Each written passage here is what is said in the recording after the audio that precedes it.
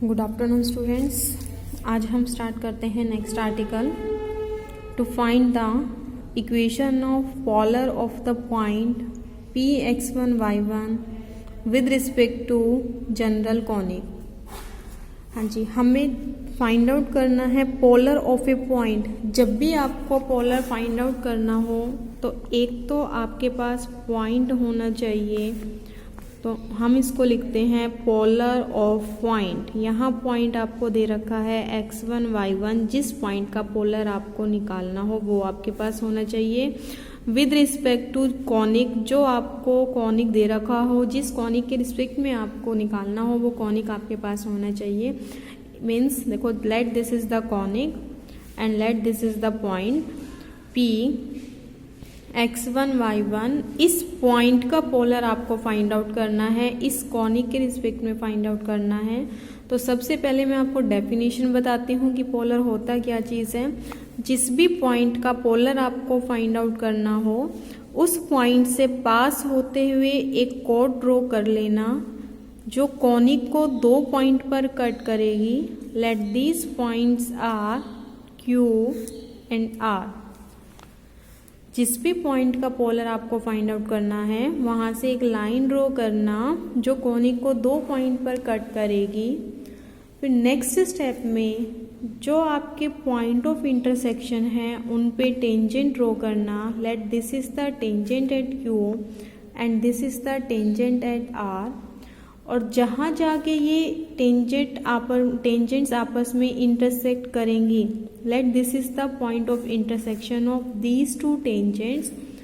तो ये जो पॉइंट ऑफ इंटरसेक्शन आपके पास आया है, इस पॉइंट का locus of this point is called polar of the point P x1 y1 with respect to this conic.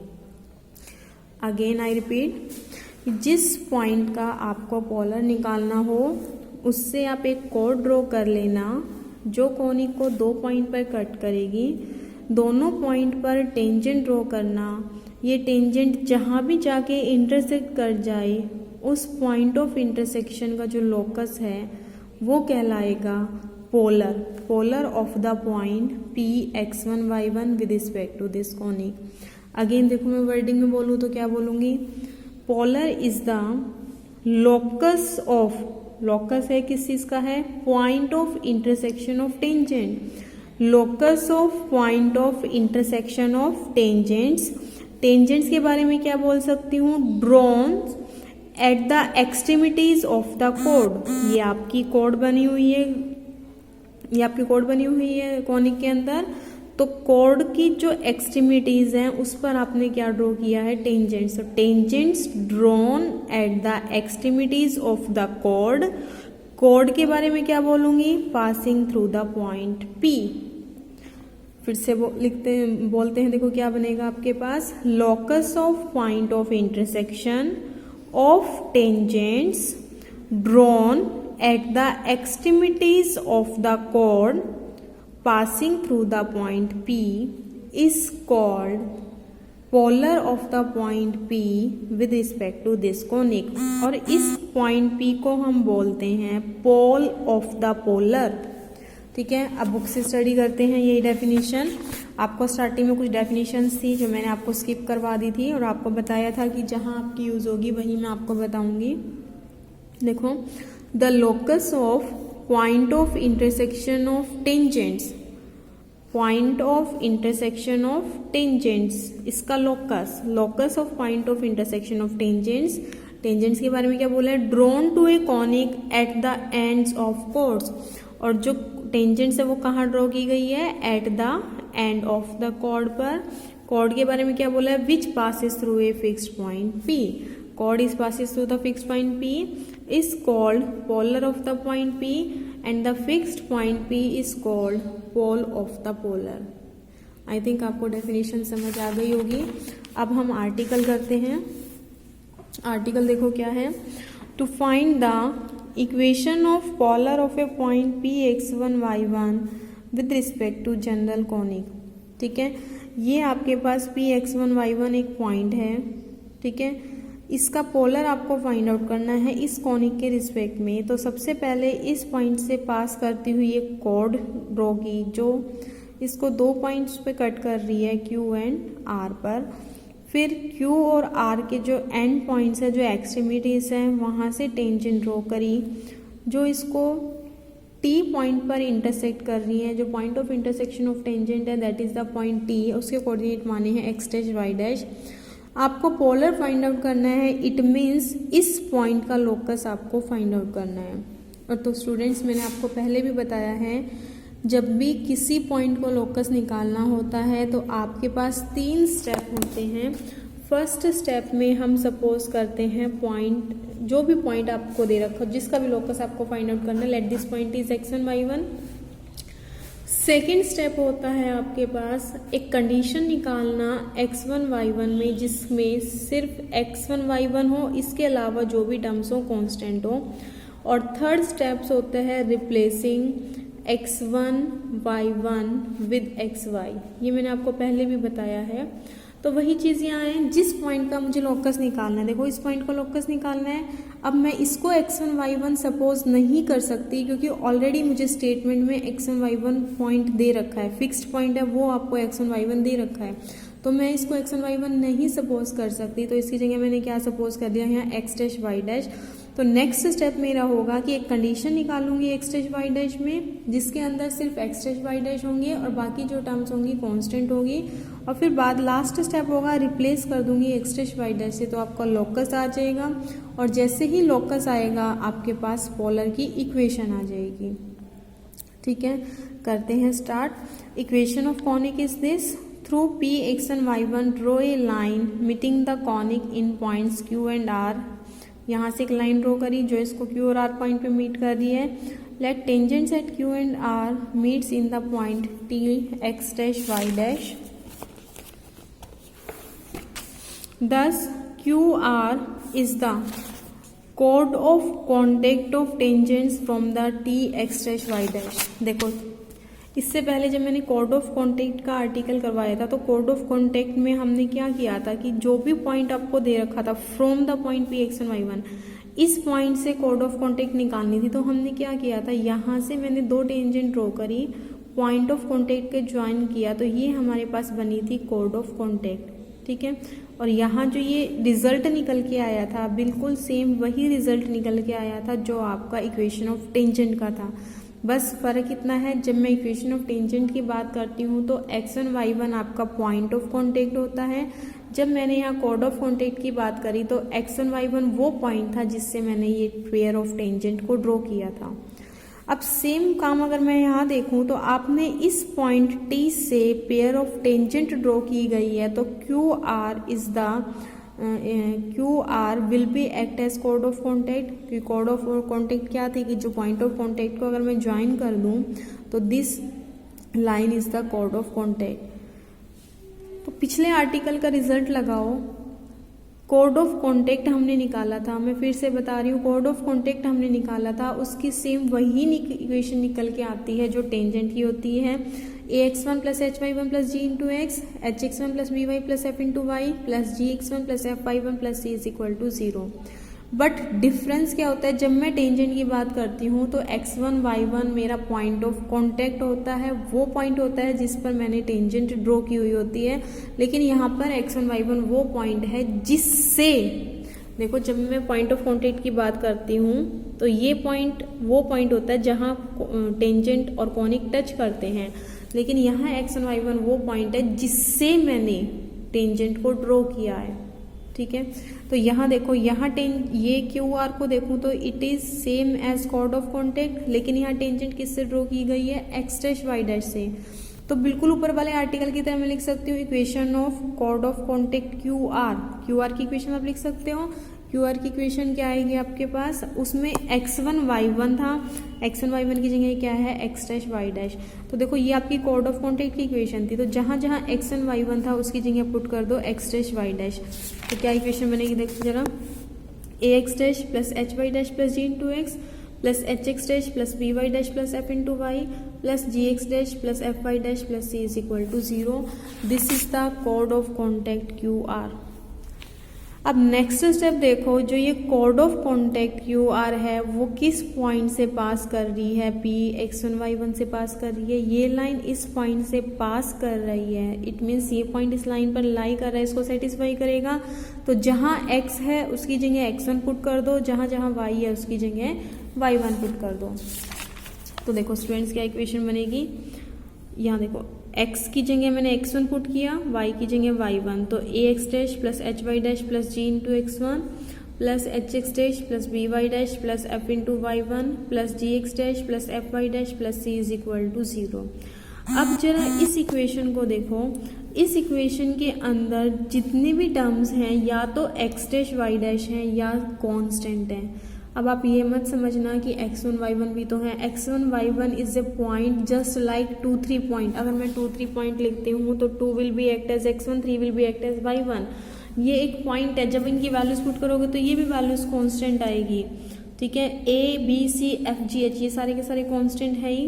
तो जो आपको इक्वेशन दिख रही है इसके अंदर जितने भी टर्म्स हैं या तो x डैश y डैश की टर्म है या फिर कांस्टेंट टर्म है, मीन्स एक ऐसी रिलेशन आपके पास आ चुकी है जिसके अंदर x डैश y डैश की टर्म है और कांस्टेंट टर्म है।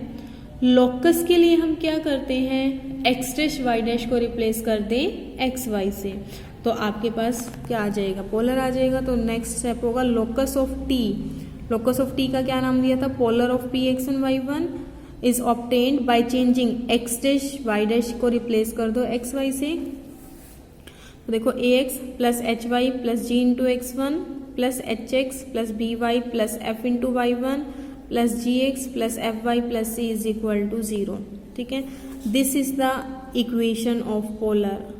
अगेन आपको पता है ये टेंजेंट जैसी इक्वेशन आ गई। इसको दो तरीके से लिख सकती हूँ, एक तो ऐसे लिख सकती हूँ, एक x1 y1 को इंटरचेंज करके भी लिख सकती हूँ, इस इक्वेशन को ऐसे भी लिख सकती हूँ, ax1 plus h y one plus g into x plus h x one plus b y one plus f into y plus g x one plus f y one plus c is equal to 0।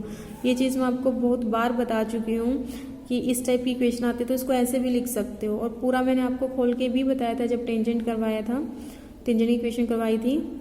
और तीसरी form क्या होती है, ये वाली form होती है tangent की, ठीक है। तो आपके पास अगेन जब मैंने पोलर निकाला तो वो भी टेंजेंट की इक्वेशन ही निकल के आई। डिफरेंस मैं आपको बता देती हूँ, देखो स्टार्टिंग से स्टार्ट करते हैं। जो टेंजेंट की इक्वेशन है t इज इक्वल टू 0, बिल्कुल सेम इक्वेशंस आती है आपकी कोड ऑफ कॉन्टैक्ट की।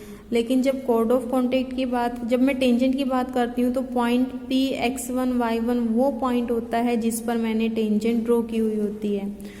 जब मैं कोड ऑफ कॉन्टैक्ट की बात करती हूँ, कोड ऑफ कॉन्टैक्ट की बात करती हूँ तो p x1 y1 वो पॉइंट होता है जिससे मैंने पेयर ऑफ टेंजेंट को जो है ड्रॉ किया हुआ होता है। पेयर ऑफ टेंजेंट को ड्रॉ करके यहाँ मिलाऊंगी, दिस इज द कोड of contact. Last result same है, ध्यान रखना सिर्फ पॉइंट का, पॉइंट अलग अलग है। यहाँ पॉइंट ऑफ कॉन्टैक्ट है, यहाँ वो पॉइंट है जिससे मैंने code of pair of tangent को ड्रॉ किया गया है।